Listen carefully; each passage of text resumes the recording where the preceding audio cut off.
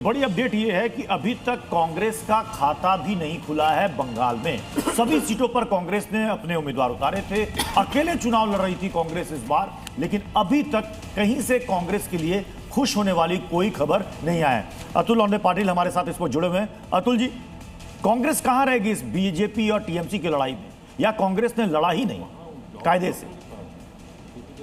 नहीं, जब to corner fight होती है तो तीसरे को अपने अस्तित्व बनाने की ही लड़ाई लड़नी पड़ती है। आज हमारा अस्तित्व 294 सीटों पर है। इसके पहले हम गठबंधन में लड़ते थे। आज हमने वहाँ पर स्थितियाँ बनाई है। हमारा हर एक कार्यकर्ता जो है वो 294 सीटों पर है। आज स्थिति बनी है, कल आपको सरकार बनती हुई दिखाई देगी। तो ये लड़ाई चल रही है, क्योंकि जिस तरह से अगर मान लो बीजेपी सत्ता में आती है तो बहुत जल्दबाजी हो जाएगी इस तरह से कुछ कहना अभी भी, क्योंकि काफ़ी अभी 20-22 राउंड अभी बाकी है काउंटिंग के। तो वो आने के बाद जिस तरह से यूपी करने की कोशिश की, तो वो तो बंगाल है। बंगाल में उस तरह की कोशिश होगी तो लोग जो है उसको जवाब नहीं देंगे और फिर लोगों को कांग्रेस के सिवा कोई पर्याय रहेगा नहीं, और कांग्रेस वहाँ पर अभी अपना अस्तित्व बना चुकी है। आपने देखा होगा केरला में किस तरह से बीजेपी की धज्जियाँ उड़ गई।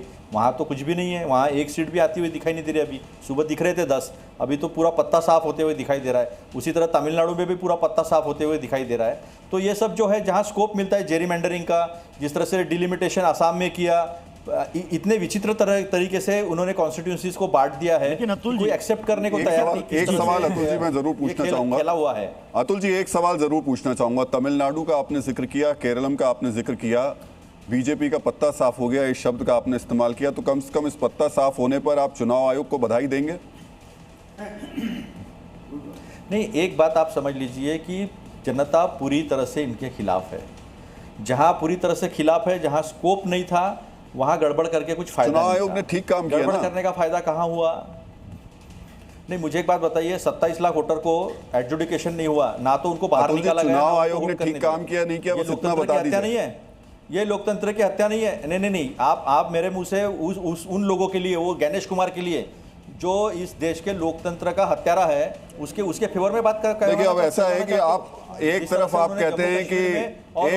कहते हैं केरल में और तमिलनाडु में आपको फायदा मिल रहा है, दूसरी तरफ आप चुनाव आयोग पर इस तरीके की भाषा का इस्तेमाल करते हैं। ये तो फिर ये कॉन्ट्राडिक्टरी है, अपने आप में ही आप विरोधाभासी बयान दे रहे हैं। नहीं, क्यों विरोधाभासी बयान? वहां पर बीजेपी को स्कोप नहीं था ना। मुझे बताइए, आसाम का डिलिमिटेशन सही किया? बताइए आप मुझे। 27 लाख लोगों को मतदान करने नहीं मिला, बताइए। सही बात है। गलत किया है, कौन सा गलत किया है? रोहन गुप्ता कुछ कहना चाह रहे हैं। आप सीएए पर आप अपनी कमी नहीं देखी? पश्चिम बंगाल में लगाई है, कांग्रेस ने कहाँ काम किया, कब किस आंदोलन? मैं इसका जवाब देना चाह रहे हैं। रोहन गुप्ता जी जवाब कहते हैं कि पश्चिम बंगाल में कम से कम आज के दिन खड़ी हुई, और आज के दिन जब रोहन गुप्ता चुनाव आयोग के प्रवक्ता है क्या बीजेपी के प्रवक्ता है? नहीं, मैं देश का प्रवक्ता हूं। बोला रोहन गुप्ता अगर खुद पड़े हैं, मैं देश का प्रवक्ता हूं। बीजेपी और चुनाव आयोग एक ही है। मैं देश का प्रवक्ता हूं। आपकी तरह अपनी सीट भी मेरी पट भी नहीं होता। अंगूर खट्टे नहीं होते हैं, अंगूर खट्टे नहीं होते हैं, अंगूर खट्टे नहीं होते हैं। फिर केरला में बोल दो, वहां पे भी बोलो कि गलत हुआ है। अरे कब तक अपनी गिरबान में झांक के देखोगे?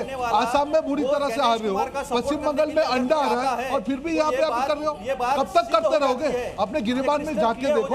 और आपका यही एक एक करके बात कर लेते हैं। अतुल जी, एक बार जरा रोहन गुप्ता का जवाब सुन लेते हैं, उसके बाद फिर आपके पास। देखिए, उनकी मजबूरी है, वो चिल्लाएंगे, बोल नहीं पाएंगे, वो उनके सुन नहीं पाएंगे आज, क्योंकि हिल रहे अंदर से।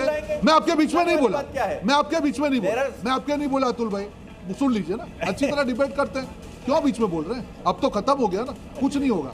सुनिए, बात सिंपल है। अगर 5 राज्यों में चुनाव हो रहे हैं, अगर 2 राज्यों में, 3 राज्यों में भाजपा आ गए, 1 राज्य में कांग्रेस आ गए, कम से कम आज के दिन ये कहना कि नहीं वहां पे कुछ गलत नहीं हो रहा था इसलिए नहीं किया, ये गलत हो जाएगा। आप देश की जनता आपको देख रही है। आज भी लोगों ने, कम से कम लोगों ने आपको वोट दिए हैं। कम से कम अपनी विश्वसनीयता इतनी मत खत्म करिए कि बचे खुचे वोट भी आपको ना मिले। आप उसको सहर्ष स्वीकार करिए, इसमें से लर्निंग करिए कि क्या है। हर बार दूसरे के सामने उंगली करने से फायदा नहीं होगा, नुकसान होगा। और हर चुनाव का परिणाम के बाद आके आप यही पर बोलते रहेंगे जिसका फायदा कुछ नहीं होगा। ये बंद कर दीजिए। आप सोचिए कि क्या भाजपा ने कैसे चुनाव लड़ा, किस संगठन से चुनाव लड़ा, किस मुद्दों पे चुनाव लड़ा, क्या टीएमसी की गलती रह गई? आप तो टीएमसी को भी वहां पे गाली दे रहे थे, फिर भी आपका खाता क्यों नहीं खिला? आज भी आपका अंडा आ रहा है, उसके पीछे के कारण क्या है? आपके नेता जो लोकल है वो खुश नहीं है, आपकी ऊपर की नीति अलग चल रही है। आपके नेता इंडी गठबंधन